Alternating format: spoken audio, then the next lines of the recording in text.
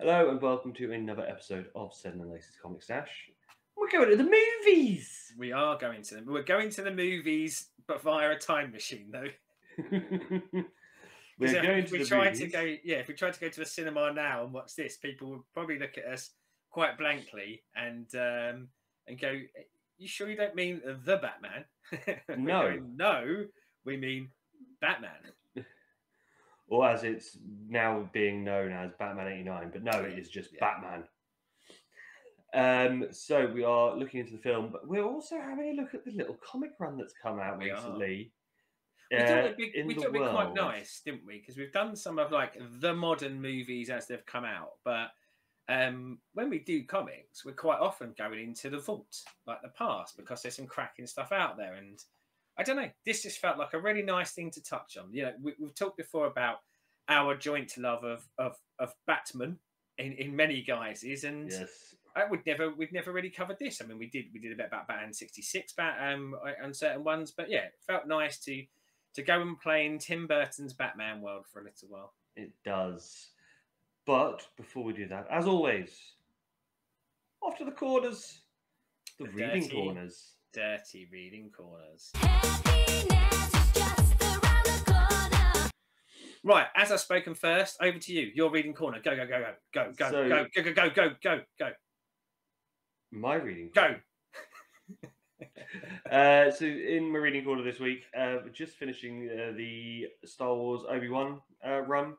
I saw picked up the last two issues. Well, I saw you pick up. I can't remember. Was I with you when you got the first one? Was that on Free Comic Book Day when you got that? Yeah, and yes. I think we'd spoken offline a little bit about it, and I guess I didn't twig that you kind of carried on with it. But I'm quite interested. As I detested the TV show with a passion that is known only for bad Star Wars products. What's the comic book like? So it's quite an interesting little run. So it's Obi-Wan is old man Obi. Oh, the best Obi. And he is about to have a sandstorm on Tatooine. So he is in his little cave and he's reminiscing. So a Wednesday on Tatooine. Yeah. Is that what you're saying? So just a normal Wednesday. Yeah. So yeah, on this one, it sort of goes through different stages of Obi-Wan. So there's one of them is him as a young Padawan with Master Qui-Gon. There's a couple where You're losing me, Chris. Bring this back. There's a couple with Anakin and bits from the Rebel Wars, and it's basically just sort of a couple of there's only 5 issues. It's just 5 little hits into random parts of Jedi history with Obi-Wan. I liked it. It isn't must read. It isn't, oh my god, get it now, this is amazing. But for a little sort of bit of nostalgia and a bit of sort of seeing a different side of Obi in different periods of his time, I did quite like it. And at the last sort of issue, it comes together quite well because it's basically he knows that he's about to die, because this is just before obviously they go off and he fights Darth, gets murdered by Darth. He's in the lightsaber middle finger and then just dies, doesn't he? Yeah. I'm yours, Darth. So yeah, it's that sort of thing of like, it just gives you that reminiscence of a man that sort of knows that his time is near, and just looking at what he has done over his life. Well, one of the things that I've pinged it up on my screen over here. One of the things that I'm quite interested in is it seems to have a different artist each issue, and I guess because it's different. Sometimes that can be hit and miss for me. Obviously, you can get like the odd great issue, the odd weak one, but I quite like the idea in this where it is, for all intents and purposes, a kind of an anthology, isn't it? You're dipping into different areas of his life. I like the idea of each one being covered by a different artist. The writer, Christopher Cantwell, someone that I don't think I've ever read anything of, but I hear great things about his current Iron Man run, which is on my queue in Marvel Unlimited. So I think if I like that Iron Man run, I'll probably give this Obi-Wan a go. Or as I continue through the sort of Star Wars reading, I will get to this point at some point in 10 years' time, because it's 10 years after they started publishing it. So I'm sure I will get to it. But I like the sounds though that it's kind of our Obi, and when I say our Obi, you know, old Obi, and I kind of hope that when he's telling those stories of the past, it feels like our Obi-Wan doing it, which is one of the problems I have with Obi in the prequels and the one of the many problems I have with the Obi-Wan show. But it didn't, Obi-Wan in the prequels doesn't feel like Obi-Wan to me, and Obi-Wan in the TV show feels like more of a lean into Obi-Wan of the prequels. Yeah, so as I said, with this, it is very much, as I said, like old man looking over his past and sort of reading his memoirs, basically writing his memoirs. What else are you going to do in a sandstorm, eh? Exactly. Right, yeah. Obviously, there are, when they're doing the in time bits, they have very much gone, right, so we're drawing Ewan and make him look like Ewan McGregor. Just for context, and this will mean a lot to everyone who's watching this, but I work with a girl called Ewan. So when I hear Ewan, I understand you mean Ewan McGregor, but I think of Ewan from work. Because I was thinking, why have they put her in the comic? But clearly not. But yeah, no, it is one of those of, I said, it's not a must read. It's not a, oh my god, you have to go and get it. But I'm glad that I did get it, because it's been an interesting, fun little jaunt in Star Wars that isn't trying to be canon or force its way into being something. It is very much a little standalone 5-issue run. But when we did the Star Wars episode, which was touching on the main series, or the main series as was, I think one of the things that we both agree with is Marvel seems to have a very good handle on the Star Wars universe. I would argue possibly a better handle on the Star Wars universe than those that have the Star Wars universe. But I think I will stick with the main series, but there are quite a few spin-offs, like quite a few character-driven ones, and I do think I will get to them. And as I say, this one does interest me, because I did love Obi-Wan from the original, I say the original trilogy. Not that he had much of a part to play after A New Hope, spoilers, but yeah, he's a character I remember fondly, and it would be nice to see someone do something with him that I like. You know, I could always just lend them to you when we take to see each other. Well, and also they will be on Marvel Unlimited, even if you don't, won't they? Like by the time I get round to them, as I say, I'm reading the main series from 10 years ago at the moment, so it's going to be a while till I catch up to that point, unless I have a week off work. Anything outside of Obi-Wan? The only other thing is, see, for what we've read for the show, and the latest issue of Do a Powerbomb, which again is still just awesome. I do need to get to that. I do. That's one that I need to fast track onto that spreadsheet of comics that make me decide what comics I'm going to read. But I've got to clear some off of it first. And so with that being Image, that's not going to appear on anything. No, that will digitally. that'll be Bisey Comixology for me. I know that you kind of noticed. I did go to the Big Smoke, the big city London the other day, and I was in the Forbidden Planet there, and I did think I would pick up some single issues. I did not, because there really wasn't many. I think what was quite an eye-opener for me is in a big comic store now, how few single issue comics there were. And I think if I'd have thought, I probably would have looked out for Do a Powerbomb. I mean, it was great. There was tons of trades, and some beautiful trades that I'd never seen before. Some hardcovers. I went there, Andrea come in there with me, and there were some that were the size which is going, how would you even fit that in your house? And I was going, I don't know, but we could try. But for me, it was more, how would I get that home on a train? But yeah, you know, a floor of merchandise, and ostensibly a floor of manga and collected editions, and just a real shame, because it was such a small area for single issues. But yeah, I was going to say, when I went in there with the boy when we went up for Ghost, they only had really a bit where the new issues were. Yeah.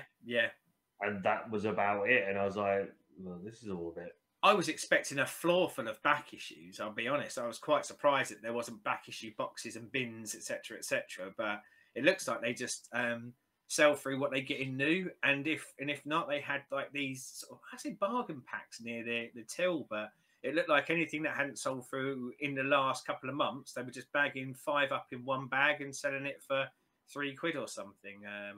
But yeah, real shame. The good old days when comic shops were just long box, long box, long box, and the joy of flicking through them. But I guess it takes up a lot of space, and you know, they can sell 85 Funko Pops in the same as it takes to do a long box. But yeah, still nice to get there. But yeah, do a power, not that, because I didn't think of it. Yeah, I think also the thing with that is I think a lot of places now, especially I noticed that with Abstract, they get in enough for what they've got pre-orders on.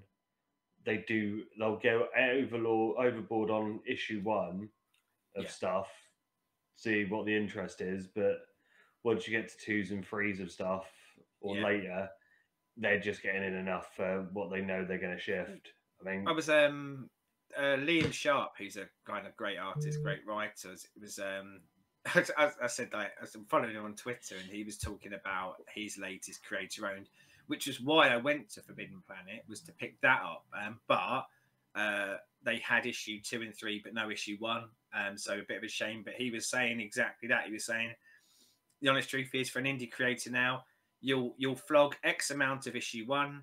You'll flog close to that for issue 2, because I think the collectors or the speculators market are looking at 1s and 2s. 3 will drop rapidly, 4 will drop hugely, and most of that will be returned.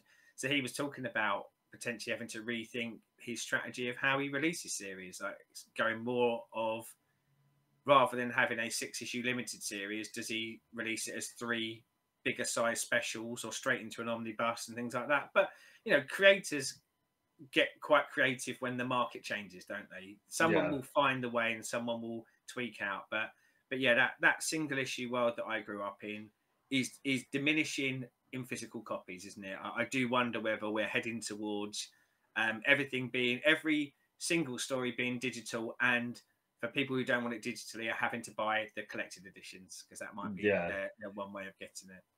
Yeah, so I do think, as I said, I noticed it in Abstract that the amount of stuff that's still there after a couple of weeks disappears very quickly. Obviously, they do have their long boxes of a lot of the old stuff.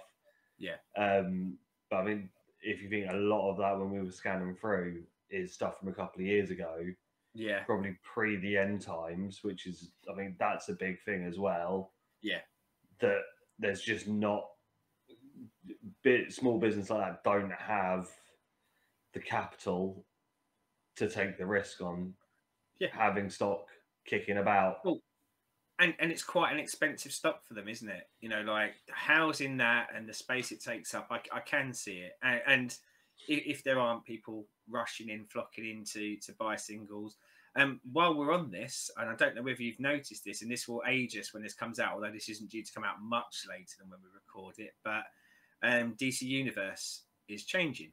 And when I say it's changing, it doesn't have to change, but they're now offering another subscription part of it called Ultra, which I think is going to be initially for the UK, I think it's another £30 on top from what it was for the year subscription, but that will bring you up to, rather than the stuff that releases weekly on there being 3 months out of date, it will be a month out of date. And I do wonder whether this is the baby steps to, and next year we will have whatever the next word is after Ultra to day and date. So, I mean, it's something that... I don't know if we'll ever get to the point where the subscription stuff will be day and date, because they still make money, even with digital only stuff, for people buying it as it comes out. The Comixology digital market and things like that. But I don't know. I mean, the world in every sort of media we do has changed dramatically, hasn't it? But yeah, this is the closest any publisher's got on a subscription service. It will be a month after that you will get your issue. So So, for example, if you were reading Batman 89 and we were on DC Universe Ultra, which I think is due to release on, I think it's the 24th of November, or maybe the 14th of November, something like that. But, you know, fast forward a couple of months, we would have had the whole series, because the whole series is out in print now. But we're only ever running 3 months behind. Or you could have the fancy, hardback edition. But there's that other side as well, isn't there, of going, in reality, how often are you and I reading something that's just coming out? More often than not, we are in the vault, aren't we? We're in the digital long boxes or the real long boxes for what we're reading more often than not. I mean, shit, we're talking about a movie tonight that was released in 89. So being right up to date doesn't really feel like it's so required for us. Exactly. So what have you been pivoting your little fingers through recently? Just a couple of quickies for me, because Batman 89 has been like one of my focuses to read, but I can't remember if I did it on the show, but somewhere along the line I started reading I'm going to say the current run of Black Widow, but I think it might have actually ended now. So the last run, if that's the case, written by Kelly Thompson. I read the first trade and I really enjoyed it. It was really good. And I have started on the second trade, but I've only read issue 6 and 7. I will say that it is enjoyable. I wouldn't say it's necessarily one that I would recommend everyone to rush out to. I think if you like Black Widow as a character, and I think if you like more espionage-y sort of storylines, it's good. The art's really nice. It's got a really distinct look to it, but I'm only at the baby steps. The first issue 6 is kind of a bridging one between the first story and what it goes on to, and I've only read the first issue, let's say, of the next major story, which introduces, and you know, a bit of kind of generic on this, but a kind of street urchin to get into the Black Widow gang. But it feels like it's going to lean very heavily into how the Black Widows, because it's got like Yelena Belova in it as well, maybe how they were treated growing up, a story that's been covered a lot, but probably juxtaposing that with what would they do if they had a group of youngsters in front of them. Would they turn them into assassins, or, you know, are they training them to look after themselves on the streets, or is that bad situation that they found themselves in going to be perpetuated, but probably in a more polite way, rather than kidnapping them and sticking them in a red room? They're going to do the same thing, but they're going to do it with a smile on their face. So I'm quite interested to see where this goes. And as I say, I think the series has ended now, and I think there's probably one more trades worth after this, but certainly from what I've read so far, I will go to the end of this, but probably split it up. So do this trade and then go away for a little while and come back for the final trade. But yeah, decent. Yeah, wonderful. Decent. So get your popcorn out, get your snacks. Me personally, the M&Ms. I know we've had this conversation before. You are the popcorn guy. I do like me salty popcorn, yes. And we are going way back to the end of the 80s. Myself would be either the Odeon in Anglia Square or the ABC on Prince of Wales. Two fine cinemas that are no longer there. I think I was the Odeon at Colchester, I think. Now, there is a chance I watched it in Clacton, but I think we went to Colchester for this because we watched it very close to release date. I didn't get to this in the cinema, unfortunately. Batman Returns was the one that I did get to see in the cinema. Somehow got sneaked in at 9 years old to see it, with it being a 12. But I think in those days it was like, yeah, it's a superhero thing. You're fine. I found that those days that if your parents were taking you in, which my parents were, like the age restriction be damned. They were just like, well, you're kids. You take them in if you want to. Like, it bloody says on the poster how old they're supposed to be. So this is on you at this point. But yeah, I mean, it was a family visit for me. And when I say family, I guess I'll cover this bit off now from the memories things of going. I can't imagine my mum was the slightest bit interested in it. And I reckon to this day, if I said, do you remember when we went and saw Batman? She'd go, what? You wouldn't have a fucking clue. I think she was just doing it because the kids were excited about it, like me and my brother, and my dad, to be honest, was quite excitable about it, which was quite nice. It was the first time, other than watching probably Batman 66 together, where us as a family did something superhero-y, because there wasn't much superhero stuff to do as a family up until this point. No. So I would say by now most people should have seen this. We're not going to do a breakdown of, No. of the film. There's a Batman, there's a Joker, there's your breakdown. But we'll sort of just hit on bits of the film. Yeah. And it's like how we feel about it watching it, because we watched it again very recently for both of us for this show. But I mean, for me, it's not something I don't watch. But I think it's been a while since I last watched it, so I think it's always interesting to come back with your eyes as they are now and go, do I still love it? Have things changed? So yeah, for me, it'll be a bit of dipping into probably how I felt about it then to how I feel about it now. So I usually watch this at least once every couple of years. This and Returns do get watched fairly regularly. Because I do love me the Burton verse in Batman. I found that I used to watch it a lot more before the Nolan verse.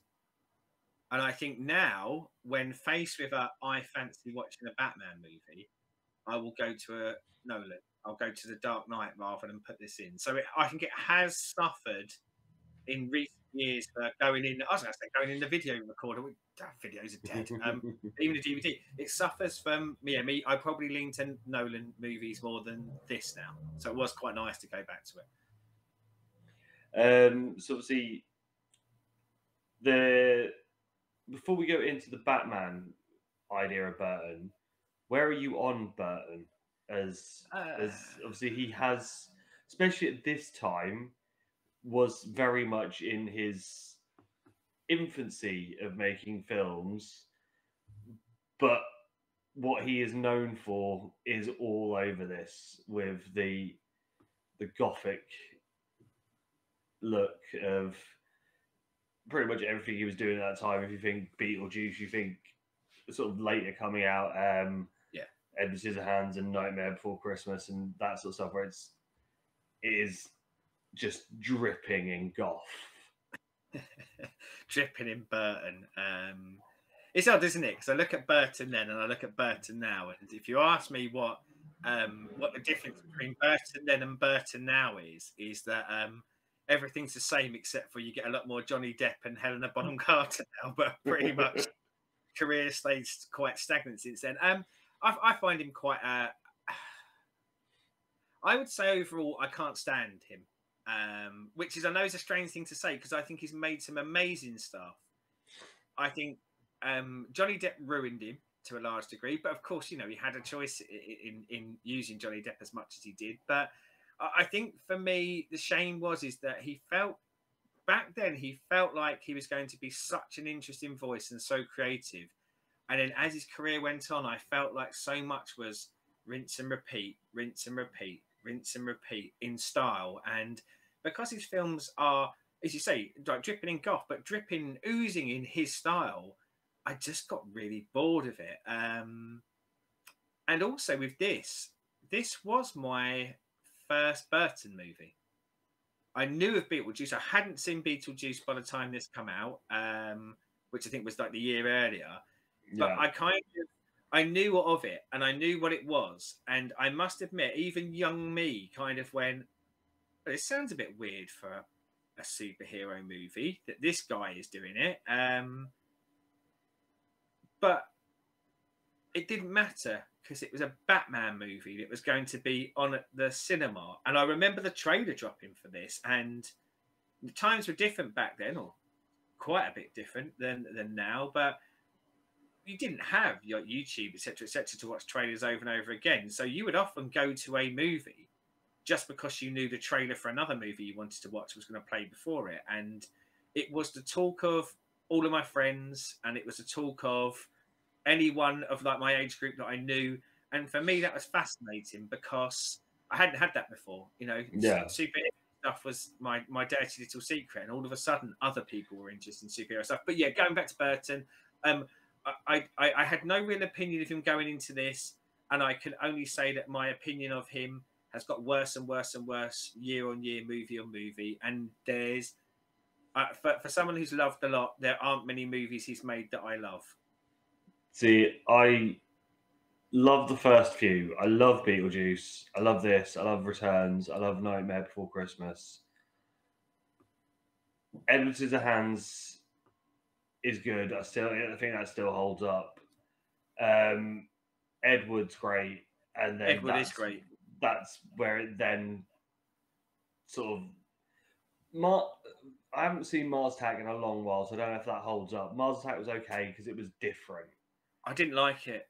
I know I probably should have, but I didn't like it. But sort of after that, where my complete fuck you to Burton was at the point when he did Willy Wonka, and just fucked that. And then after that, awful. I have no time for anything he's done since. So like, we'll get to Batman, because obviously that's what we're here to do. But while we're kind of touching on Burton, I did watch Beetlejuice post this. I'm not a big Beetlejuice fan. It's fine, but I'm not I'm not a Beetlejuice lover. I just think it's fine for me. And also, I'd seen Keaton as Batman at that point, so it was even weirder going the other way and going, well, Batman's Beetlejuice. With you, I liked Ed Wood. I thought Ed Wood was very good, and I think again spoiled, because when I saw Ed Wood, I thought, God, this guy's going to make some good stuff. And other than that, for me, Edward Scissorhands isn't for me.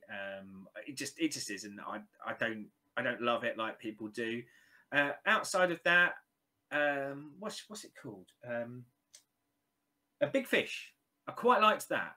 Again, I thought it was quite fairy tale-esque, and I quite like the fairy tale-esque stuff. And I really liked, and I think it was about 4 years ago, that Miss Peregrine's Home for, is it Peculiar Children? Because it had the Burton elements to it, but toned down Burton elements. The sort of Burton elements that I thought, again, dark fairy tales for kids, and I like that. But most of it, like, and I say it's unfortunate because most of this is when him and Johnny Depp get together. But you're right, like Charlie and the Chocolate Factory, Sweeney Todd, all of it, fucking rinse and repeat. Get it off my telly. It is crap, really crap. But yeah, for me, and Alice in Wonderland, all that. But it's a shame because I feel like there's a great movie maker in there, but I feel like he got success early and people said, and don't get me wrong, made a lot of money, but people said, fill your boots and do what you want. And I think he needed some people to go, do you know what? You're better than just doing the same shit over and over again. But I'm sure Tim Burton fans will come at me for that. But yeah, one of the most overrated directors in Hollywood for me. So with this, obviously, is his superhero. I would have liked to have seen him get that Superman one and see what he'd have done with that with Cage as Superman. See, I'd have liked him to get Superman, but without Cage. I don't want Cage Superman because, and again, it depends on when it happens. But, and I know yours and my mileage on Nicolas Cage vary. Nicolas Cage starts off his career as a great actor, peaks, flushes himself down a toilet for years, and has somehow had a renaissance. But I think because it's just funny now. But I think we'd have got bad Cage at this point, or in a Tim Burton one, and I don't want that. As much as I don't love Superman, I really want to see someone brilliant be Superman, and Cage ain't it for me. See, I think it could have been some sort of mad genius. It's one of those where it would have just somehow worked. Do you reckon we get a gothic Superman, or do you reckon Burton goes colourful like Superman's supposed to be? I guess they are. Do we get Christopher Reeve Superman, or do we get Zack Snyder Superverse, Snyderverse, or whatever? See, I think we would have got colourful, but with a hinge of weird. There'd have been some sort of edginess to it for Burton to do Burton. Because that might have been quite interesting so early on for Burton to do something with a different palette, mightn't it? Like something that is in the sunshine based off of like, and again, he'd have brought his own flair to it. And I think probably that would have manifested maybe in the villains and how they acted and things like that. But I think, it might have been quite, how that career path might have been different if he'd have made a colourful, bright Superman movie. Exactly. So obviously, opening this, we do see bats fairly early on. Yeah. And this bat suit is the best bat suit in cinematic history. This is what Batman should look like, even if the badge is wrong and there's a weird bit that sticks out at the bottom. Anytime I get one of the Arkham games and this is one of the DLC skins, straight away I'm putting him in this bat suit. I'd lean into it's the best bat suit in the 4 movies. I like later bat suits, and don't get me wrong, I don't think this is a bad one. I like Nolan bat suits. I like the recent Matt Reeves, the Batman bat suit better. But I like this bat suit. I do like it. So to me, this is, I think, because it's my, obviously we've got Adam West Batman, but for films, I think 'cause this was the first one, to me, this just always has always been what I think is the best bat suit. It was mega impressive. They got it to look good as well, though, wasn't it? As we said, we'd had a dearth of superhero on the screen, and I think there was a lot of doubt, probably not by us at the time, but I imagine in the movie press of, can you do it? Can you make someone like Batman look good on the screen? And he managed that. I say, it's no specific knock to it. I do just like what we saw in later movies more. But the opening line of Batman is, "I'm not going to kill you. Tell your friends I'm Batman." Just sets it up so well. I want to get back to this later, and I do want to get back to this later. But do you know what? When you do the opening lines, tell all your friends about me. I don't actually think of the movie. I think of the soundtrack, because it's how the Prince Batman soundtrack starts. I go to that rather than the movie. But I think that's because, and again, we'll get back to soundtrack later, but it's such an iconic soundtrack for me that a lot of the lines, I think, I'll put the Batman soundtrack on more than I sometimes think about putting the Batman movie on. Harvey Dent being Billy D. Williams. Inspired choice. Yeah, a real shame, isn't it? I think that was for what comes later in the Batman verse. That's one of the things that is a big shame for me, is that he didn't get the run he deserved, I guess, in these movies, and as we'll talk about later, possibly could have got if it hadn't been taken out of the hands of Burton. But and a familiar guy for us, wasn't he? You know, like we're Star Wars fans, so we're kind of going, there's that guy. Because you look at parts of the cast of this, and he is one of the more famous actors in it for us at the time. I mean, now not so much, I guess, for others, but it really was.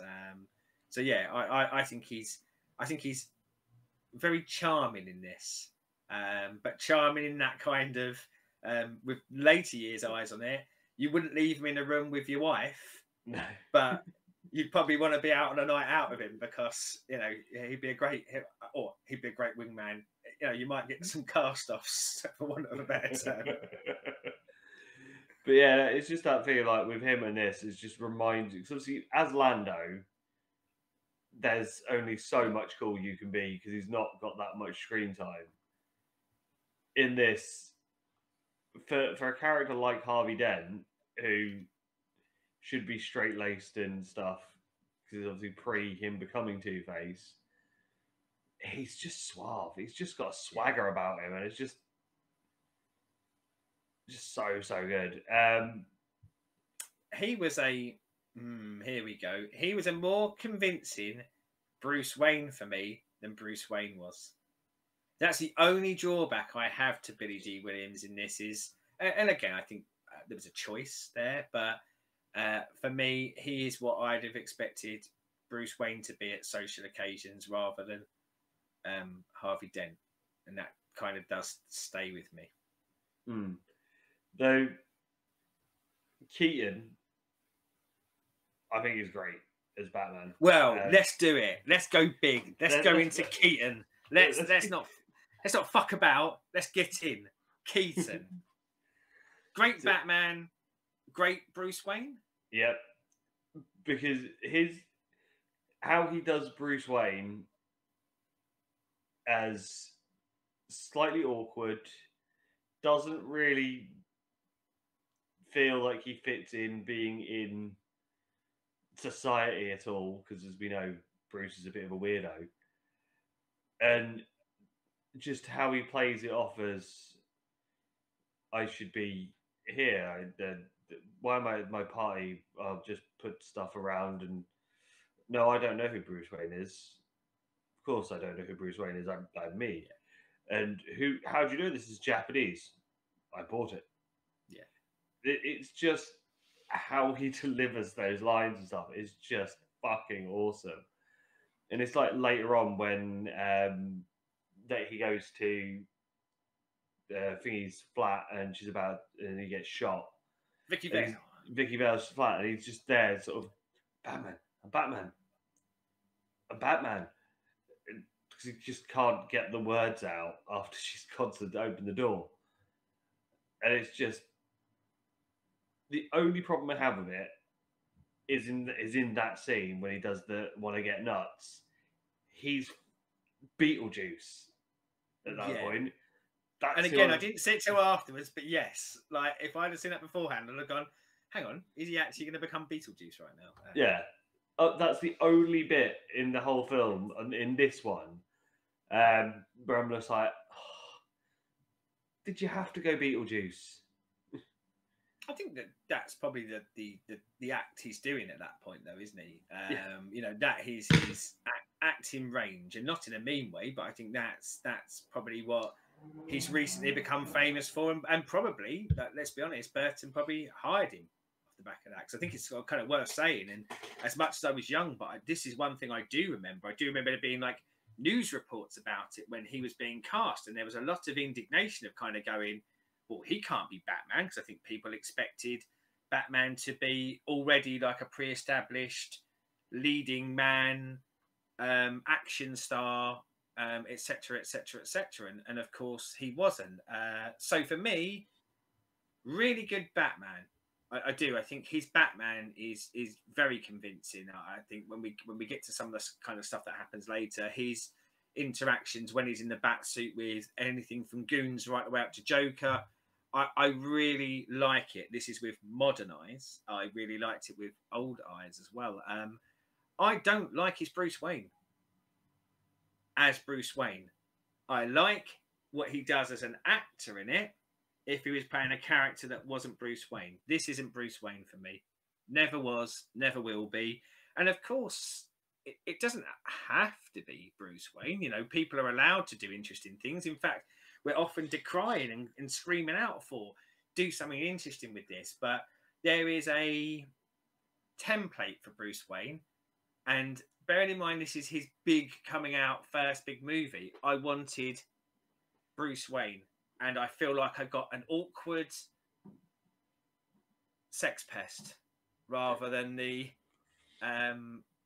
socialite that is charming. Because effectively, that's one of the things that we look for in Batman and Bruce Wayne, isn't it? Is that one of the tricks is that Bruce Wayne is nothing like what you'd expect someone who's going to be Batman. Whereas this kind of odd, awkward, weird version leans into someone who might dress up as a bat. Whereas, you know, like generally in the comics, but more so like in the movies, you know, Bruce Wayne's out there getting pissed every night with hot girls on his arms, because you would never assume that that person is going to go out there and fight crime. So I like Keaton's performance. I don't like his Bruce Wayne though. You know, fast forward many, many years to Birdman. Amazing movie. If you haven't watched Birdman, watch Birdman. It's fucking brilliant. But that's when you see how great an actor Keaton is, and many other performances before that. But I think you can trail back how great an actor he is to Beetlejuice and to this. I think this is just, I don't think it's a good idea. And I'll probably lean into Burton for that. This is Burton being Burton, and I don't think it does Bruce Wayne any favours. The thing is, see, at this point, the only other Bruce that we'd had on screen that was sort of easily sort of watchable to go off was obviously Adam West, and Adam West was the perfect man about town for the 60s. He fits that perfectly. You look at the ones that have come after this, I don't think Kilmer does Bruce well. I forgot at about all. him. Clooney doesn't really do either Bruce Anything or well. Bat well. Yeah. I don't think that Bale does a great Bruce. I think he's good as the Bat, but I don't think I'm with you. He's good as Bruce. I think his Bruce is a hybrid of this, isn't it? His Bruce is a modernized version of this Bruce. No, I take that back. I think in parts of Dark Knight, he kind of leans into that. Oh, I'm out on the town. But only leans into it a bit, because more often than not, rather than just being drunk, falling into a fountain, which I know he does in one of them, but within 30 seconds is having a big conversation with Harvey Dent about like how to push forward social justice and things like that. But I will say I don't think he's a good Bruce Wayne, but I think he's a better Bruce Wayne than Keaton. And then I can't really remember Affleck, because all I remember from that film is Martha. I mean, I think he's a hard Bruce Wayne to determine, because the bulk of his stuff is him in the bat suit, isn't it? Like you get the feeling that by that stage, the Bruce Wayne alter ego isn't required so much and isn't used so much, or like he's not Batman all the time, so like he's just living his life. But Batfleck is a hard one to compare it to. And then we've got the most recent Patterson. one, which again I don't really like the Bruce Wayne. But I like his Batman. Maybe I just have a problem with Bruce Wayne. See, this thing with Patterson, emo Bruce fits perfectly for where they are in storyline or timeline, should I say? Yeah. It makes a bit more sense than what the character is. Yeah, he shouldn't be wanting to go out and partying. You know, he is vengeful. He is angry. He wants to just go around and fuck shit up. He doesn't want to do that side of it. So that makes a bit more sense for where they are. But yeah, as I said, it's not. I don't think other than West, anyone's really done Bruce well. Bruce. Yeah, I think it's a struggle, and I think it's hard, isn't it? Because I think they're trying to, when they're casting this and when they're writing this movie, of going to a large degree. Bruce was portrayed at large parts to the wider people in the comic books as a bit of an arsehole. Yeah. Obviously, we see him behind the scenes where he's not, where he's interacting with be it any of the Robins or Alfred or things like that. But you're limited on how much time you've got in a movie, aren't you? So I think they're having to show the outward facing Bruce, and I think probably a lot of directors are a little bit worried to kind of go, do we really want to make our hero a dick? And will people get that he's a dick? And judging by some of the audience, no, I don't think they would. But yeah, a great Keaton performance. But I prefer him when he's in a bat suit doing bat things than when he is being Bruce Wayne. However, if he hadn't been called Bruce Wayne, I think he'd have done a bang up job. Around this point is where we see Mr. Napier for the first time. A lot of this, Nicholson is just being Nicholson. I don't think his interpretation of the Joker was taken on the source material or anything like that. I think a lot of him being Joker is actually just him being him. It's odd, isn't it? Because it's a revered acting performance, isn't it? It's in the kind of annals of time of one of the great acting performances ever. And I'm not going to say that it isn't, but I do lean somewhat into what you're saying there of going, I feel like for a lot of it, he just turned up and went, I'll just do me. I'll say the lines you've got, but I'll say it the way I would say it if I was in a room. And so yeah, it probably was a little bit of an easier performance for him than maybe we would assume. Like, I think I'd find it a lot harder to do Jack and the Joker than Jack Nicholson did. Yeah, I mean, especially all the stuff out of makeup, I think is very much just Jack being. It's a Saturday night in Vegas with him, isn't it? Yeah, that's the truth of it. You know, cocaine blow, one flew around the cuckoo's nest, and a little bit of The Shining mixed in. Yeah. You know, is not saying that's bad, because Jack's an amazing actor and can do crazy amazingly, but it's not like he's doing something special here to be the Joker. No, and I think for me it probably felt more special because I hadn't seen much Jack Nicholson at this point, because I was of an age where I wouldn't have seen much Jack Nicholson. And I think subsequently, having watched lots of movies he made before this, it feels a little bit less impressive because of that, but only a little bit. And I still think that this movie, considering how big an event it was, this was superheroes really, really, and I know there's a long time between really that foothold becoming such a big thing, and we can blame the Joel Schumachers as well for partly for some of that. But a bad villain in this movie, a badly acted villain, could have tanked this franchise and could have tanked superhero movies for even longer, couldn't it? So my hat's off to him for.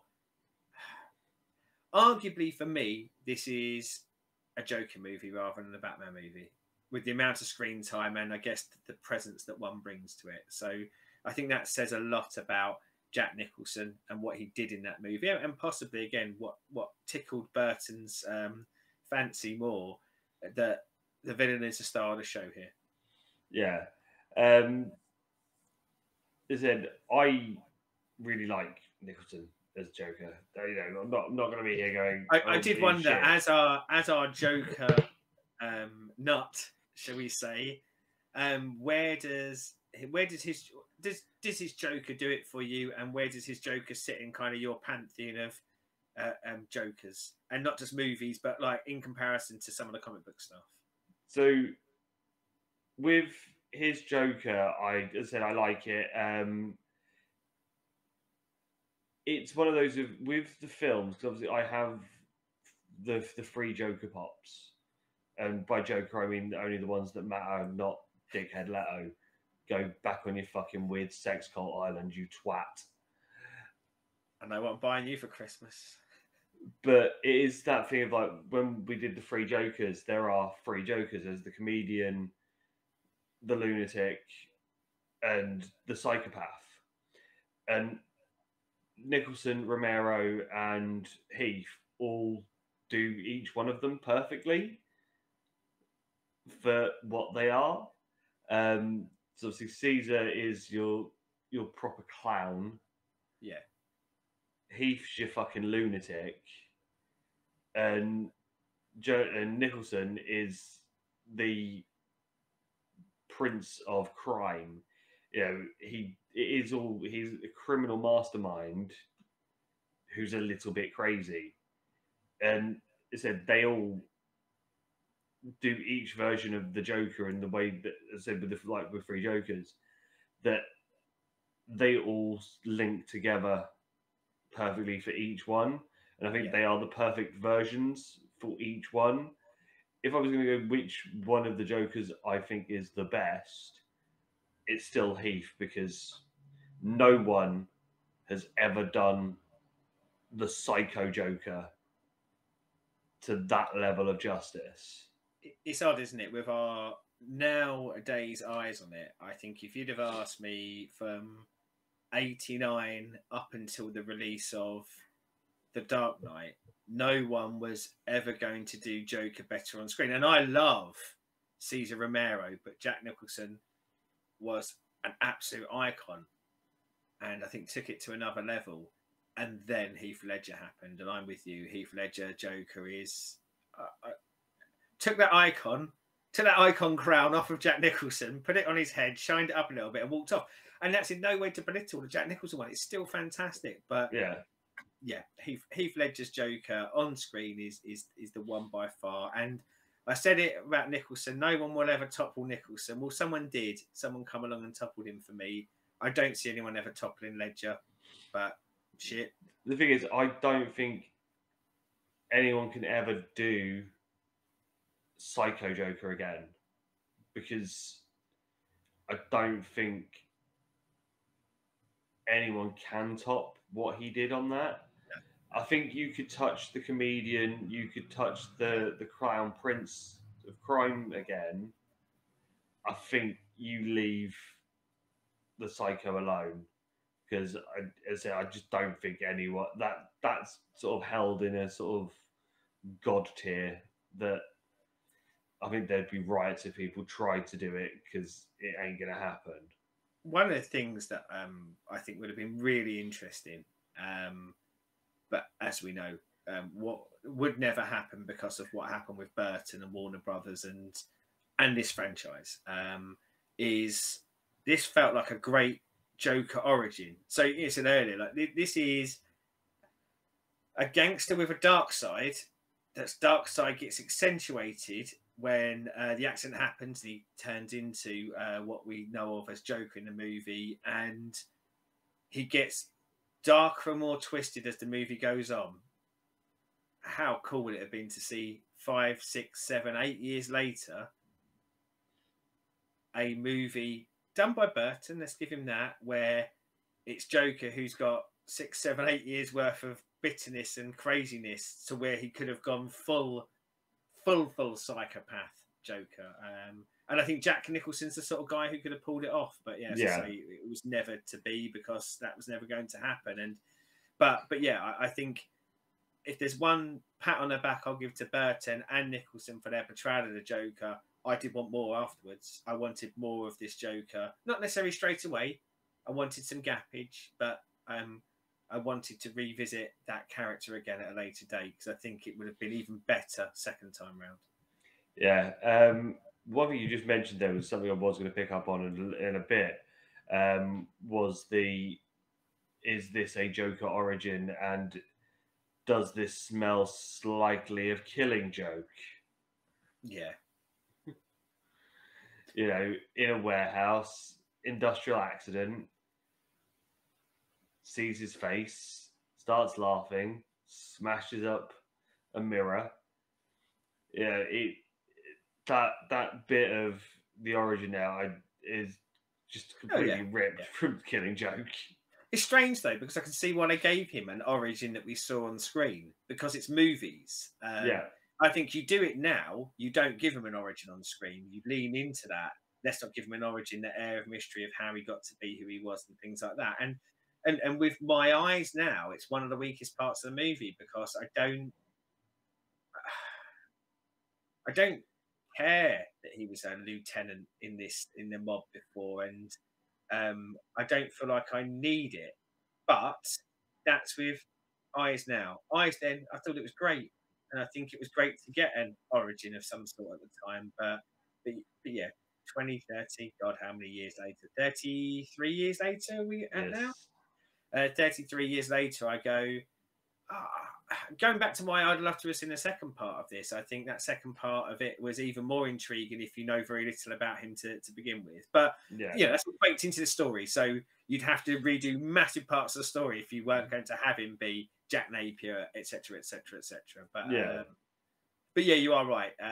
He'd obviously read some of the comics, like however many I don't know, but certainly I think he went, yeah, that's how I want my reveal to be. Yeah. One thing that I did notice this time around, that I'd seen, obviously noticed the picture that they show him, but I hadn't noticed the signature on the bottom of it. When Knox, who's the reporter, is back in the office, the picture that he gets handed, which is Man-Bat, obviously, is signed Bob Kane. I'd never noticed the signature at the bottom.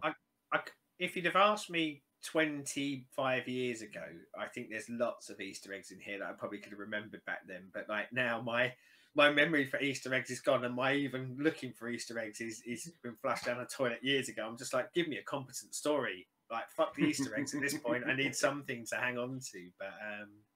But yeah, and again, you want that, don't you? You want people to show the reverence for the creators and what got things there. And I think it is a real nice touch when a director genuinely does that and puts things like that into a movie. Yeah. Obviously, we get a side story with Vicky Vale and Knox where they are trying to report on the Batman. So while we're doing, I know we touched on Keaton, we've touched on Nicholson now and their characters. The other big character, in theory, on paper for this movie, is Kim Basinger's Vicky Vale. Might as well cover her now. What was your thoughts and feelings on Basinger and Vicky Vale? This is something that runs through all of the 4 films of that run.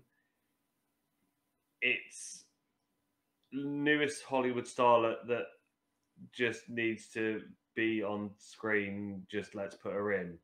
I don't think the way they do the characters and the love interest part,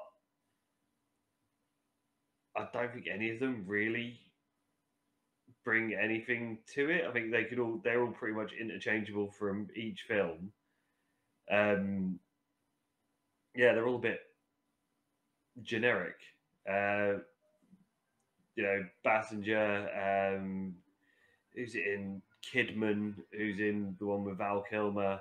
Oh God, yeah, again I've forgotten that as well. I really have blocked out the Val Kilmer fest, haven't I? Who's the one that was in the one with Clooney? Oh, I can't remember who it was, but that character is the same in all 4 films. The generic love interest. And she didn't come back, did she? I mean, I thought that was quite. No. That's. I don't know whether that's as telling as in my head it feels like it's telling, but for the screen time that she got, and I guess like looking at her not come back, it feels a little bit like the Bond girl to a degree. It's almost like they were trying to lay an at him, wasn't it? Of going, there will be a different significant other or a love interest per movie. I thought the scene she was in with Jack Nicholson and the Joker were good. I think she played off of that very well, and I liked her in those moments. For the rest of the movie, cardboard for me. Now, don't get me wrong; she's a beautiful woman, and as you say, she was a Hollywood starlet at the time, etc., etc. But oh God, she just does nothing. I didn't buy her as a reporter or anything like that, except for, as I say, whenever she was, I'm going to say in peril, but not so much in peril, when she was interacting with the Joker, when something was legitimately scary, unnerving for her, then all of a sudden I went, God, you can do some acting. What a terribly put together sentence. You could do some acting. But for the rest of it, no, she just stood there. I think Knox was at least someone trying to act, but I felt like he was from the Superman movie we didn't get. He felt like more like a New York newspaper boy. Like he would have been Jimmy Olsen or something like that in that. But no, it was. I can see why. Did really nothing for it, and I also, with my eyes now, so not thinking back to like movies at the time, I kind of go, what a waste of screen time. You didn't need that love interest. You didn't need that love story unless you were going to do something with it. Unless she was coming back and that was going to be something for a later story. But yeah, Hollywood at the time, you had to have your action scene. You had to have your love story. So I can see why, but not much cop for me. Yeah. As we're talking on sort of other characters, but another one that turns up for the whole of the Forerun, Michael Gough is Alfred. When I think of Alfred, he is who I think of. He's a good Alfred, isn't he? He is the best Alfred. Yeah. He is better than 66 Alfred. He's not better than 66 Alfred, is he? That's just craziness. I would put Gough above 66 Alfred. He's the second best. Well, I mean, but again, can see Kansar on that, because for me, 66 Alfred would win. But I think both of these Alfreds are a cut above later Alfreds, especially considering the comparative star level of what we see of later Alfreds. Yeah. A big name Alfred doesn't necessarily make a great Alfred in my book. No. Things I do have to pick up with is how 80s some of this is. It is very much of its time with the Brand X versus Joker brand. So much the Coke battles of the 80s of Pepsi versus Coke. Yeah, it's a lovely time capsule movie, isn't it? To go, if you wanted to know what the 80s were like, but you want it to be framed in something a bit more fantastical, this is it, baby. This is the excesses and the extremes and the branding of the 80s with a lovely superhero skin over the top of it. Yeah, that and the news reporting of the time as well is very much like any of the sort of news was, especially in America at that time, with overly penchant sort of reporters and stuff. And I'm loving that. We will jump ahead a little bit to. Oh, I was going to say, before we go on from the 80s-ness of it, one of the things that I do quite like about it as well is it's grounded in the 80s in a lot of the messaging it's trying to do. But I think certainly in the way that we have the gangsters, and this is kind of the whole mob and the things like the Axis chemicals. And I know they're leaning on stuff from the comic books, but it's 80s, but with a lovely 40s, 50s, 60s aesthetic to it as well. Yeah. I think that works really well. I think that's where Burton excels in this. I think he blends those perfectly to where it's believable that this could be from any decade. I don't feel like, other than some of the stuff like which naturally is always going to be in there, but I feel like for large parts of the movie, it would be difficult to age, which is nice because then when someone watches it 30 years later, it ages better as a product, I think, because of that. Because it is got a bit of that timeless quality to it.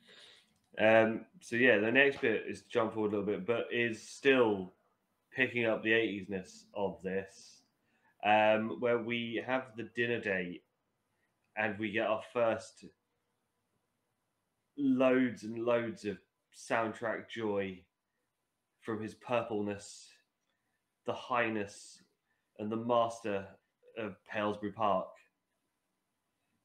Prince. The beautiful gentleman. Let's broaden our minds. Lawrence. And he presses play and then Party Man plays. And that's exactly how it does on the soundtrack. I love Prince. I've always loved Prince. I loved Prince before this. I had started listening to Prince before this movie. And if a superhero movie hadn't sold it for me, when I found out Prince was doing the soundtrack, that sold it even further for me.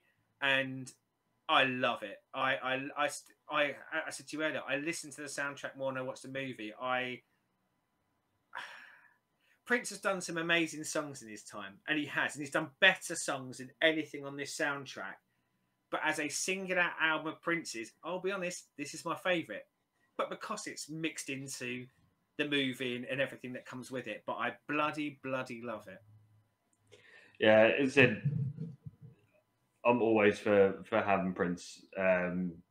His purpleness is one of those that I'm, very upset that I never get to see live. Yeah, same. Because he's a fucking boy. Yeah. This soundtrack is just fucking great. And he loves Batman. Oh, sorry, he loved. Apologies. He loved Batman, and he had a big connection to Warner Brothers, which unfortunately went badly later on when there were lawsuits and things like that. But you just knew he wanted to do this. This was his dream come true. And I think probably working with Burton really helped because I think he got the flavour of what Burton wanted to do. So he brought it to it. But, if you haven't, really give yourself a treat and listen to it. I said earlier about how dull I find Vicky Vale for most of this movie. But if I ever meet someone called Vicky or someone says the name Vicky, in my head I start singing Vicky Waiting from this soundtrack because it's so iconic to me. I can't help but do it. But yeah, no, as I said, that is the one, but where we do get the full, bit of Prince-ness. I was waiting for Bat Dance to drop, but yeah. But I mean, we do a little bit later when we get to kind of the parade section. Again, you've got the soundtrack kind of playing in the background. I mean, there's a great score as well, isn't there? I talk about the soundtrack and I talk about Prince. Like, the score is fantastic in this, and I certainly later on in life, I've become obsessed with scores and what scores can do to a movie, or what it can do for a movie to me. As brilliant as this score is, though, I've never watched a movie where it's had such a good score, and I'm like, we can put that over there. I'm not really bothered by that. Give me Prince. the soundtrack. The soundtrack. Yeah. So a couple of bits that I do want to sort of jump on are a couple of the one-liners in this that are iconic. Obviously, we mentioned it earlier. The first thing we hear Batman say, which is, "I'm not going to kill you. Tell your friends I'm Batman."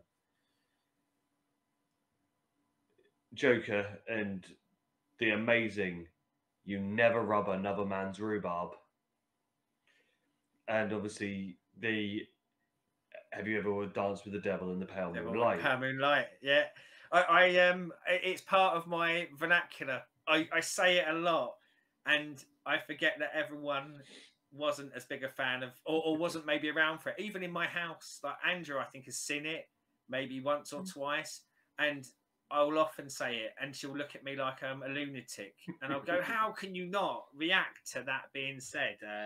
And normally it is. Again, you pounce on that sentence. Someone says, "Have you ever?" And I go, "Dance with her," and so on and so forth. And you just kind of go, "Yes, everyone knows this. It's an iconic line." But yeah, I'm with you on that. And the other bit that really sort of stands out for me for Joker especially is the bit where he's reading the headline about Batman, and I think it's great because you see how they not only become in conflict because it's a good guy and a bad guy, but like Jack into Joker, his ego is flying, isn't it? He's becoming kind of this maniacal thing. But when the headline in a newspaper is about Batman, he does the "wait till they get a load of me," and I just go, yes, because that is what this Joker would want, wouldn't it? You know, like he's almost at this stage competing for headlines more than anything else, because he wants the world to see that he is the king of the freaks.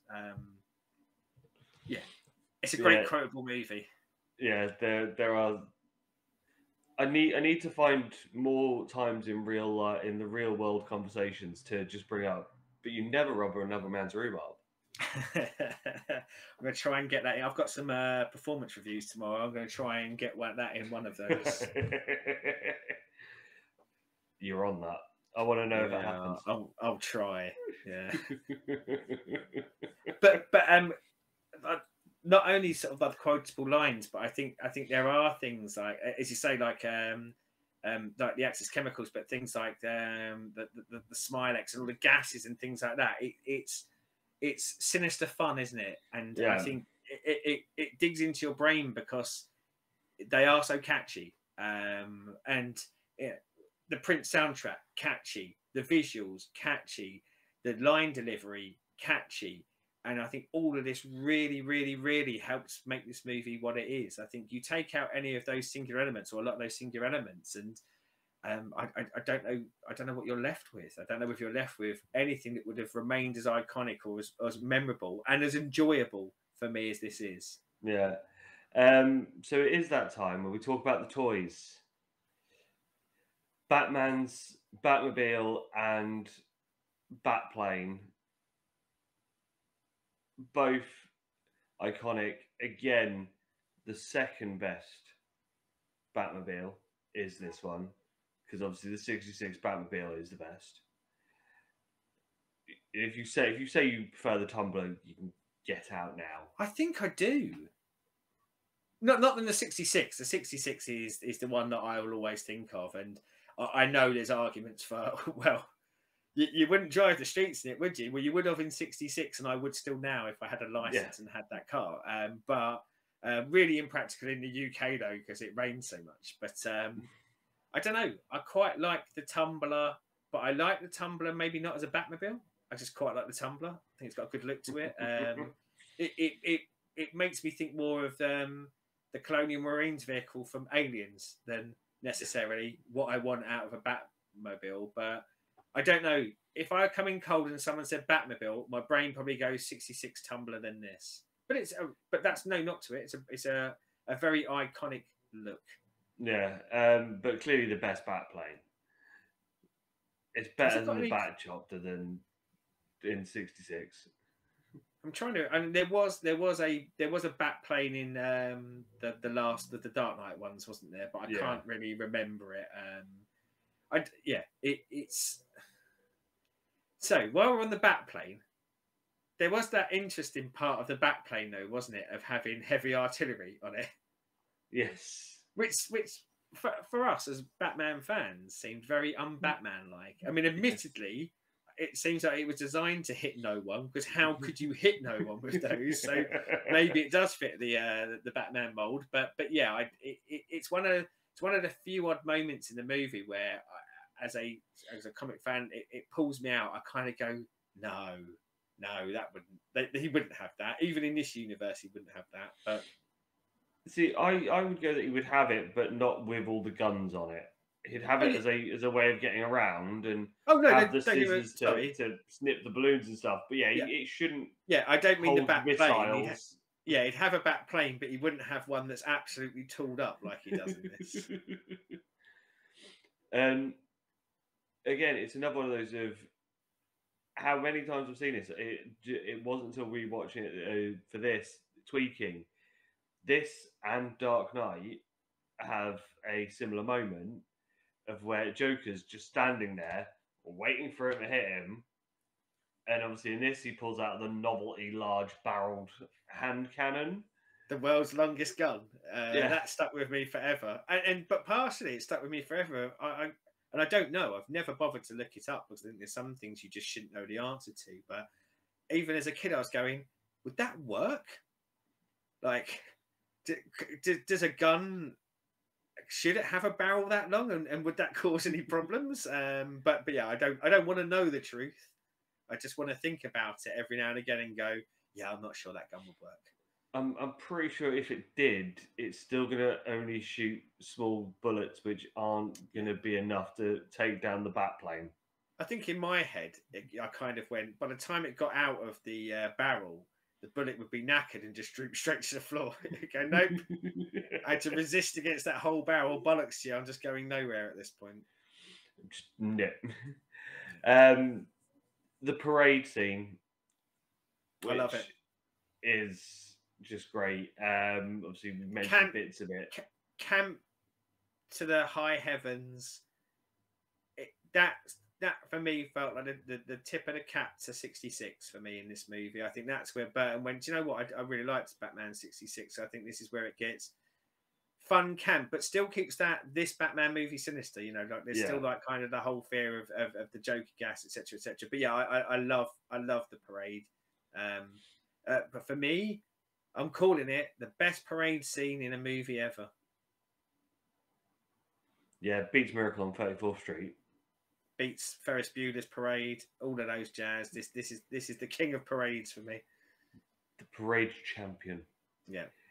Yeah, fucking just fun. Again, more memorable lines in this where he's like, I want my face on the dollar bill, as he's throwing money out into the crowds. It just is fun. We get our big battle between the two in the church, where they fight their way up to the rooftops, and Batman couldn't keep hold of Joker as he falls. But how, again, another one of these of where is he dead? Do we know?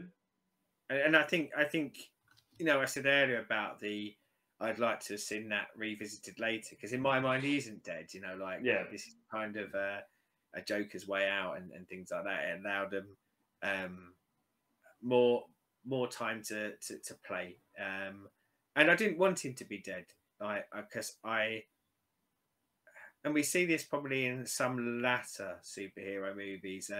There's often in the movies a propensity to go, there needs to be some finality. The villain has to die, or maybe not die, but there has to be a kind of death scene with a chance of them coming back. And maybe a lot of this was bred from this. And it's one of the things I love, go back to Heath Joker, is that, you know, he just fucks off. Like, you know, it didn't have to have that part of it. But yeah, I like that fight.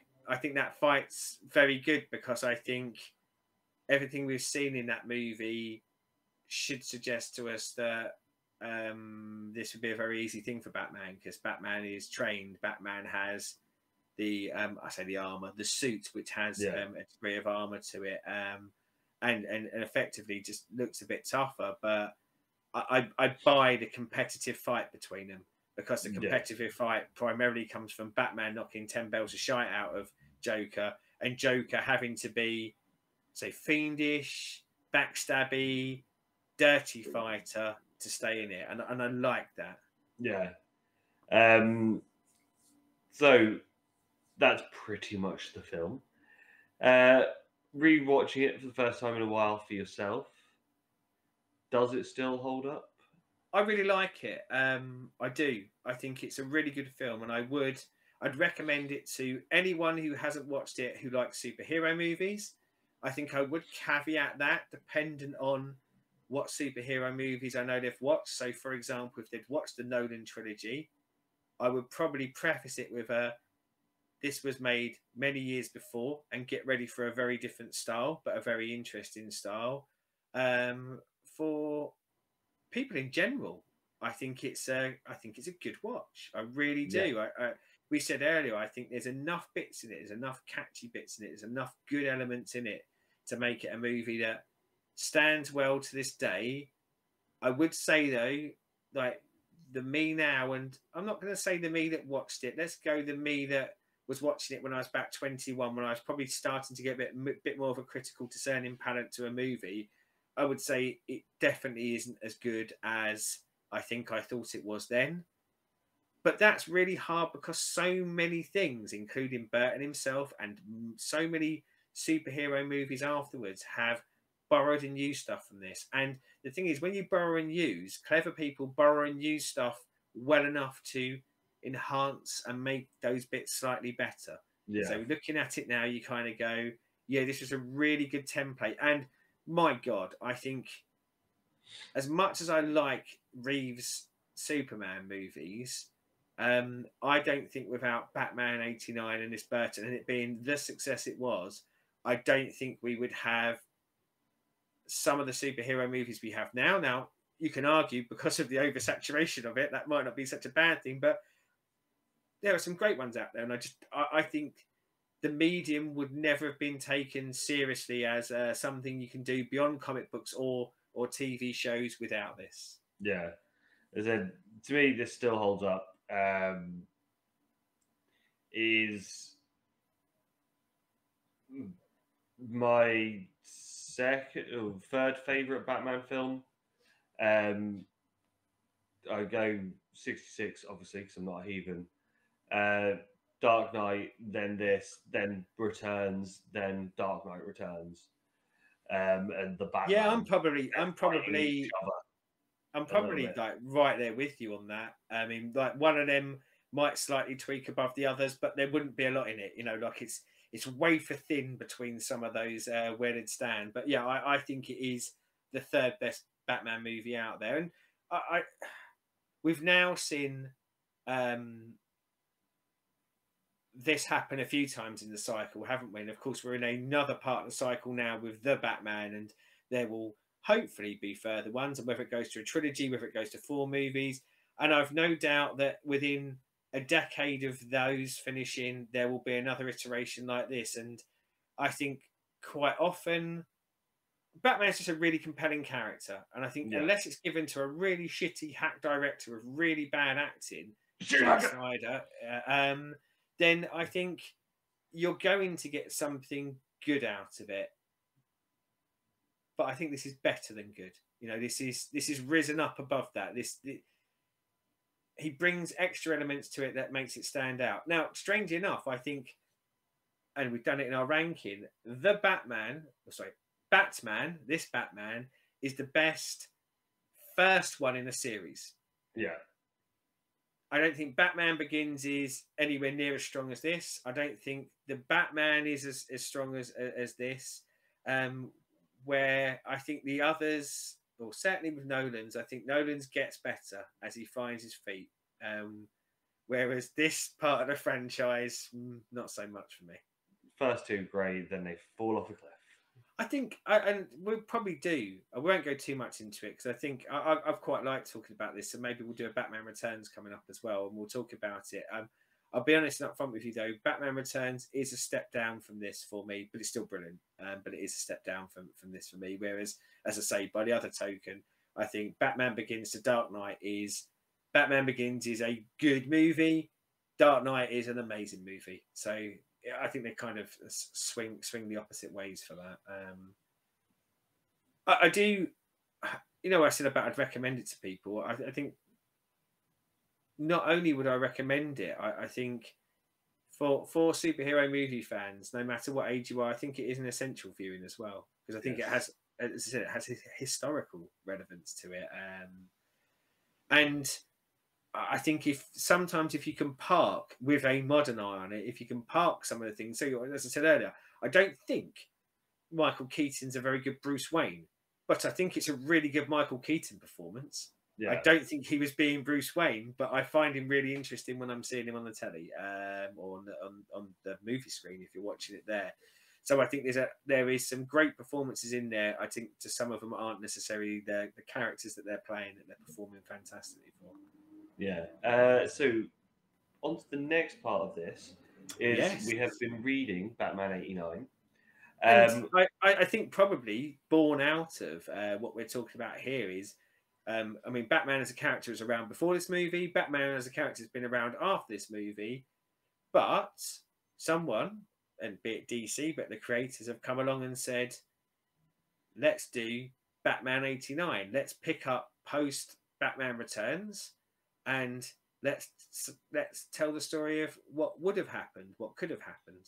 So I think it's a bit of a testament to that original product, isn't it? That people do 30 odd years later want to come back and revisit this part of the universe. Yeah. So obviously, originally, it was meant to be a Burton trilogy, but I don't know who fell out with who, but McDonald's got shit canned.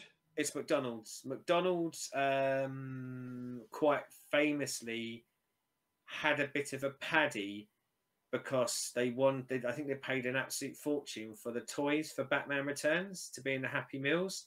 And I think when they saw the concepts for what it was and they realised that probably the only toy they could use is Batman and one of the penguins, but like one of the actual penguins. Yeah, I think they were quite vocal, but I think by that point it had been greenlit. It was go. But because advertising is still a big thing, but because advertising was such a big thing, the lean very heavily is we want more Batman. We don't want this guy doing it. And I think Warner's probably cowardly just surrender to the money. Yeah. So this picks up a year after Batman Returns, and the writer is Sam Hamm. I presume it's Hamm, it's double M, but he was one of the screenwriters for the original Batman movie and had some involvement with Batman Returns as well. So he has a pedigree in this universe. Yeah.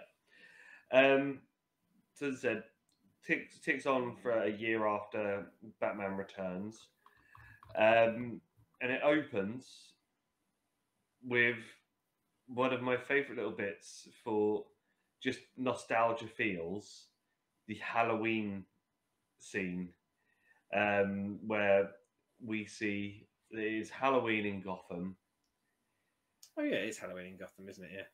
And the Tim Burton Easter egg Hall of Fame, because as I said, this is the bit where I was mentioned to you before we started recording, where I was like, did you see the Easter eggs?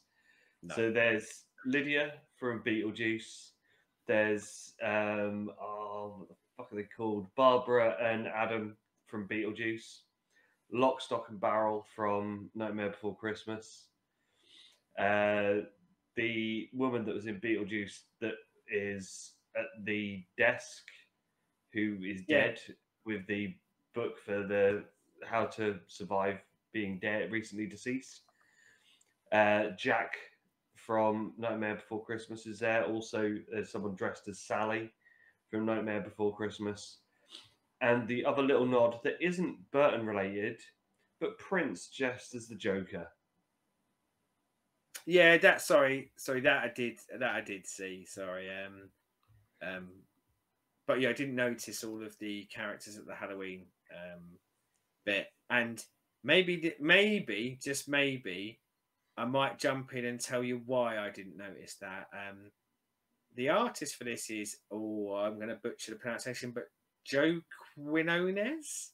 Yes. And I the only thing that I know that I've read where he's drawn it was Howard the Duck. I loved the Howard the Duck run he did, and I thought his art was magnificent. I think I've seen him on a couple of maybe single issues or parts of runs. I thought the art in this was awful.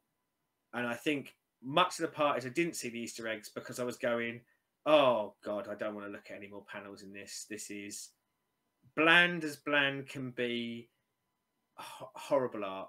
And I hate being overly critical of this stuff because I can't draw for shit. And most of the time on this show, we are positive because we've been really lucky and we're doing things we love generally. But no, I could not stand the art through this issue or any of the subsequent issues. It left me bland cold, and to the most part, other than his Billy D. Williams, I thought his interpretations of all the characters we know and what was going on them were almost, I was going to say, unwatchable. Whatever the term is for when you're looking at something that isn't moving pictures, almost unwatchable for me. See, I will agree that some of the art is a bit rough. His Keaton is shocking. His Batman is worse. This is one of the worst Batman I have ever seen on the printed page. Yeah, for such an iconic look, which you'd think would be quite easy. It seems too spindly and tall. Like it's like he's made him really tall and lithe. Which I know Keaton wasn't a beefy muscle man, but I don't know.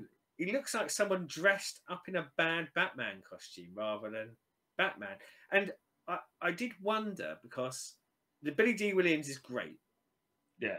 Everything else not so great. And there is a thing about if you draw the likeness of someone for a character that they have played, you have to pay them.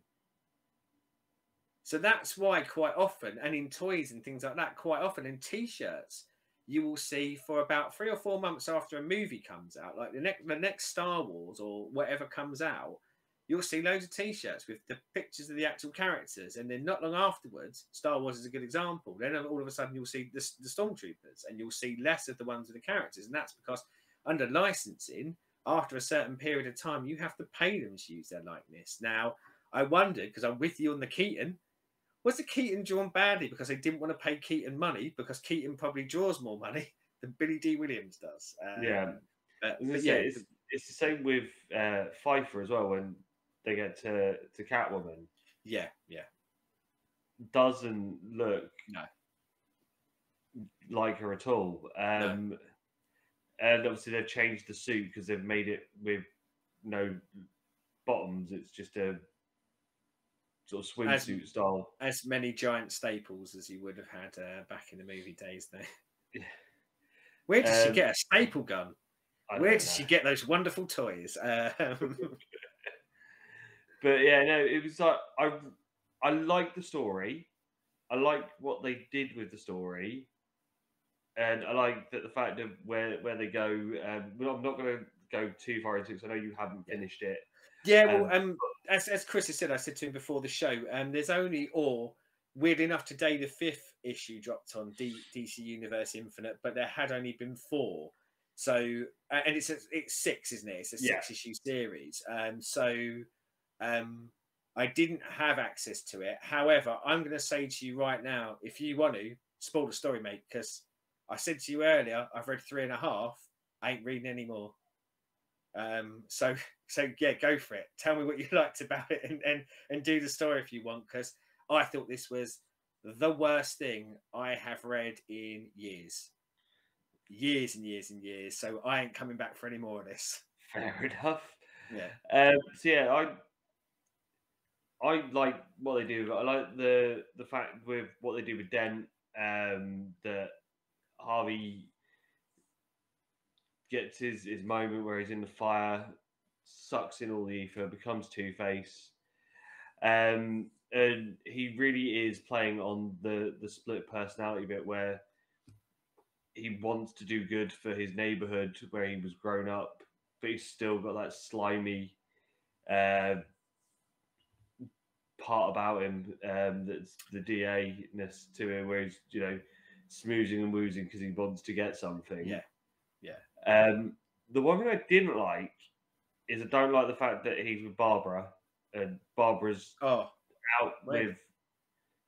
of a relationship with her dad, so Gordon and her have nothing really to do with each other. Yeah, they're totally estranged in this, aren't they? And she's with she's also Harvey Dent. Police.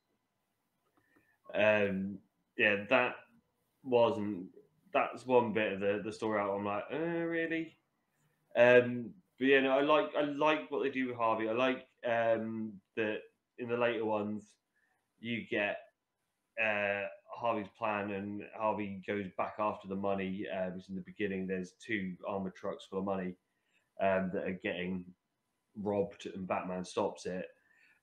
Also in there is a load of documents that basically link everyone to everyone and all the dirty money. So he wants it to, you know, manipulate his way. Similar to like some of the stuff he did in Dark Knight, isn't it? You know, that's kind of a plot point from that, and I guess a plot point in lots of Batman stories, because it's going to be, isn't it? Yeah. So it's very much what happens with Harvey. Selina, Catwoman, comes back. Said doesn't look like Pfeiffer, and doesn't have has a modified version of the iconic Catwoman look. Yeah. He then meets up with Drake, who becomes Robin. And I presume that's Tim Drake. Yeah. Like, as in that's their nod to like the Tim Drake character. You would imagine so, but obviously he's just known as Drake. I saw the cover for. I can't remember which one it is. 4. Yeah, and I like the cover of it. I think from a character design perspective, looked good on a cover. But yeah, I was tapped out. I was not invested in these at this point. So I don't know whether he felt like an effective Robin-esque character or not. But he's okay as Robin, but it just feels a little forced. You get a point where he works out, or he sees that Batman is Bruce, because Bruce goes around the back of a building and just puts a balaclava on after being in a meeting with the guys in the ghetto. And I'm just like, it's what I do when I go out for a fag after a meeting at work. Stick the balaclava on. No one will know it's me out there. They won't speak to me. But yeah, as I said, I like what they do. The art in some bits is fucking stunning. As I said, as you said, with what they do with Billy D, and especially when he's Two-Face, is stunning. It's just the rest of it just feels that some of this could have been much better, and could have had, if you're going to use people's likenesses and do it in this way, you've got to make him look like him. You know, we said, and that's, I guess, is a balance point when we talked about the movie version of Harvey Dent, and I think we talked more about Billy D. Williams than we did Harvey Dent. Yeah. And I said would have made a great Bruce Wayne, or the Bruce Wayne that I think the Bruce Wayne I'm probably more comfortable with it when he's in social circles. This highlighted that even more. I despise the idea of this Harvey Dent becoming a Two-Face, and that's one of the things I struggled so massively with it, because I cared not one shit by the time he become Two-Face, because I was like, this guy isn't Two-Face. I don't want him to be Two-Face. This is Lando Calrissian. He's not Two-Face, and I think that's one of the problems. You know, you play off, and it's a bit unfair because they're playing off the way he was in the movie, but it made me realise, my God, we're lucky that there wasn't a movie where this Harvey Dent become Two-Face, because I think it would have killed off that character forevermore in people's eyes if it was presented in any way like this. So yeah, for something that I was, when I noticed it had been done and what the premise was, I was very, very hyped for.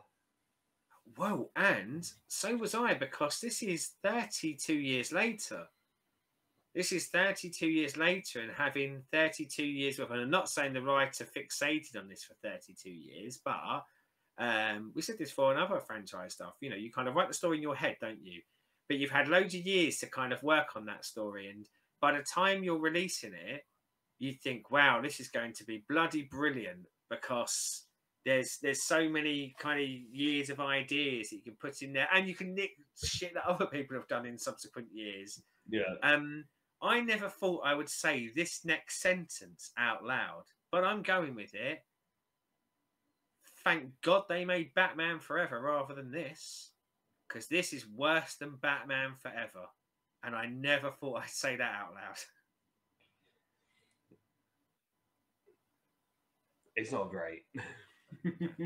And you know, like, again, you put it in the hands, if this guy had a crack at writing it, you know, like, there would have been other people involved, Burton would have been involved, I think it would be really different. And you know, you work on the theory with the characters that they'd introduced in Batman and Batman Returns, that probably on their roadmap they probably did have Two-Face as someone they wanted to do. And you know, I think whenever anyone takes on this franchise or is allowed to do it as a franchise, there are certain characters that they want to pick up on. And you know, the introduction of a Robin, you know, we saw it in Batman Forever. We kind of, I guess, got that at the end of Nolan. You know, you could argue that he was passing the mantle on rather than actually taking on a sidekick. And God knows about this current Matt Reeves one, if it retains being Matt Reeves. But so I think, yeah, you can see that roadmap there. But and again, I said to you earlier, I hate being negative about comics ever, but we always want to be honest. And don't give them new money for this. Like, there are a billion Batman stories out there. Don't hand over cash to anyone. Don't even give them the view on DC Universe Infinite. That's how bad I thought this was. I paid 18 quid for that. Yeah, sell that. Get that on eBay. Because I was like, I really, really want this. Oh, but you know what, though? Like, from a sentimental point of view, though, it's still going to be nice to have it on your shelf. You know, it fits in with kind of that collecting and that mantra. But there are other ones, aren't there? There's Superman. Superman 78. And there's Wonder Woman, isn't there? And well, the Wonder Woman one fits into the TV show in the same way with, like, the Batman 66 ones. Yeah. But the thing is, the Batman 66 ones are great, and everyone looks like they did in the TV show.